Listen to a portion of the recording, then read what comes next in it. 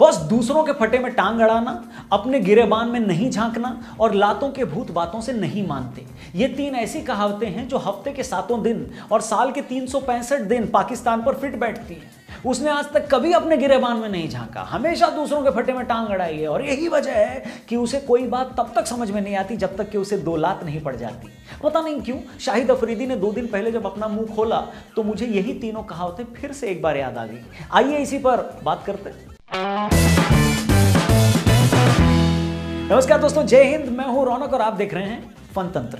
किसी आदमी के पास अगर खाने को पैसे ना हो, 2 महीने से उसने अपने बच्चे की स्कूल फीस न भरी हो, खुद की बीवी यहां वहां जाकर उधार मांगती हो, इसके बावजूद अगर वो आदमी खुद काम धंधा करने के बजाय अगर दिन भर ये चेक करता हो कि पड़ोसी के घर आज क्या खाना बना है, किसकी लड़की का मोहल्ले में किसके साथ चक्कर चल रहा है, तो उस आदमी को आप क्या कहोगे?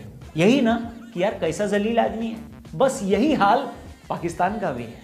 कोरोना के टाइम में खुद उनके डॉक्टर सर से लेकर पैर तक पन्नियां बांध बांध कर लोगों का इलाज कर रहे हैं। खुद वहां का प्रधानमंत्री सुबह शाम अपना फटा हुआ कुर्ता दिखाकर दुनिया से भीख मांग रहा है। हर दिन वहां के मजहबी गुंडे हिंदू और सिख लड़कियों को अगवा करके उनका धर्म बदल रहे हैं और इन्हें भाषण देना है हिंदुस्तान को। खरीदे इनसे इनकी सलवारों के नाड़े नहीं जाते और चाहिए इनको कश्मीर। कश्मीर कश्मीर कश्मीर की इसी रट में ताज़ा जो गू किया है, गू यानी टट्टी, सही सुना है आपने, जो गू किया है वो उस आदमी ने किया है जिसकी 20 साल क्रिकेट खेलने के बाद न तो उम्र बढ़ी है और न ही अकल। तो आइए इनकी थोड़ा अकल ठिकाने लगाते हैं और इस जवान बुढ़े की एक के बाद एक सीधा इसको जवाब देते हैं। तो पहला इसका वीडियो का ये हिस्सा आप देखिए, क्या कहा इन्होंने। लेकिन इससे बड़ी बीमारी जो है वो मोदी के दिलो दिमाग में है। बेशक वो बीमारी मजहब की बीमारी है। बेशक कोई शक नहीं। मजहब को लेके वो सियासत कर रहे हैं। तो लाला अफरीदी कह रहे हैं कि मोदी के दिमाग में मजहब की बीमारी है और वो मजहब की राजनीति करते हैं। और ये बात वो आदमी कर रहा है जिसका खुद का मुल्क बना ही मजहब की बुनियाद पर था। हिपोक्रेसी की भी सीमा होती है। अरे जो कोरोना के टाइम भी लोगों का मजहब देखकर उनकी मदद कर रहा है, वो मुल्क जहां आज भी गटर साफ करने के लिए खास मजहब के लोगों को ही काम दिया जाता है, जिसने आज़ादी के बाद 10% माइनॉरिटी कौम का पूरी तरह सफाया कर दिया, जहां आज भी सुबह शाम माइनॉरिटी की लड़कियों को अगवा करके उनके जबरन धर्म परिवर्तन कराया जाता है और पुलिस से लेकर अदालत तक उसका कुछ भी नहीं करती। इस मुल्क का आदमी हमें मजहब पर लेक्चर दे रहा है। हे भगवान, ये सुनने से पहले मेरे कान क्यों नहीं फट गए और धरती क्यों नहीं फट गई, उस धरती में अफरीदी समा क्यों नहीं गए। चलो छोड़ो, अगला पार्ट सुनो इस वीडियो का जहां पर ये लाला क्या बोल रहे हैं। सुनो तो। मोदी को एक बात का पता होना चाहिए है, तो बड़ा दलेर बनने की कोशिश करता है लेकिन है डरपोक आदमी। इतने छोटे से कश्मीर के लिए 7 लाख की फौज जमा कर दी है उसने। मतलब मोदी दिलेर बनने की कोशिश करता है मगर है डरपोक। लाला अफरीदी बेटा इधर आओ, बाकी तो मेरे को ज्यादा नहीं पता मगर जिस मोदी को तुम डरपोक कह रहे हो पूरी दुनिया जानती है। उसी डरपोक मोदी के रहते हमने उरी के बाद पहले तुम्हें पीओके में घुस के मारा था, फिर पुलवामा हमले के बाद बालाकोट में सर्जिकल स्ट्राइक की थी। सालों बाद कश्मीर से जब 370 हटा था तब तेरा फूफा मोदी ही इंडिया का पीएम था। और आज जब हम टीवी पर मुजफ्फराबाद से लेकर गिलगिट बाल्टिस्तान का टेम्परेचर दिखा रहे हैं तो तुम्हारा अंकल मोदी ही इंडिया का पीएम है, समझे? या फिर अगले साल लाहौर और इस्लामाबाद की टीमें जब आईपीएल खेलने लगेंगी तब समझ आएगा। पूरी दुनिया जानती है बाबा कि हारमोनियम कौन है और अब्बा कौन। खैर, इसने आगे भी कुछ हगा है, वो भी देख लो। हमने तो उनके चूजों को हवा में मार के चाय पिला के वापस भिजवाया इज्जत के साथ। हमने दुनिया को ये पैगाम दिया कि हम अमन पसंद कौम है।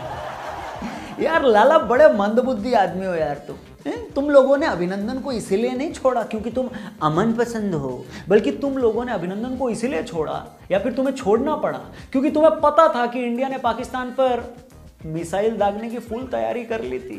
एक दिन और तुमने अगर अभिनंदन को पाकिस्तान में रखा होता तो अब तक सोनीपत से लाहौर तक हरियाणा रोडवेज की सीधी बसें जा रही होती भाई साहब, और उसमें आपके खान साहब टिकट काट रहे होते। यकीन नहीं आता तो उन्हीं चचा इमरान खान का बयान सुन लो।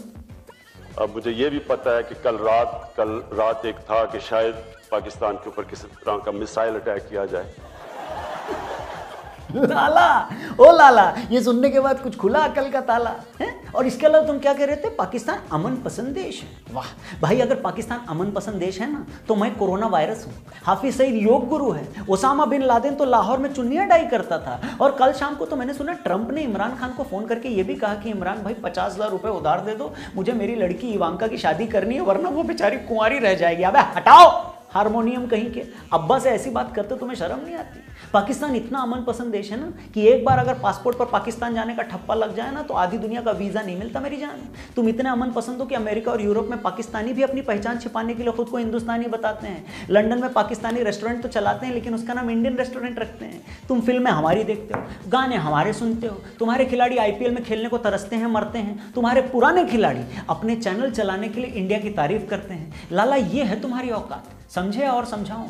और भाई अमन पसंद तुम नहीं हो, अमन पसंद तो हरभजन और युवराज जैसे वो खिलाड़ी हैं जो सिर्फ तुम्हारी आवाम की भलाई के लिए तुम्हारे कहने पर तुम्हारी एनजीओ को डोनेट करने की अपील करते हैं।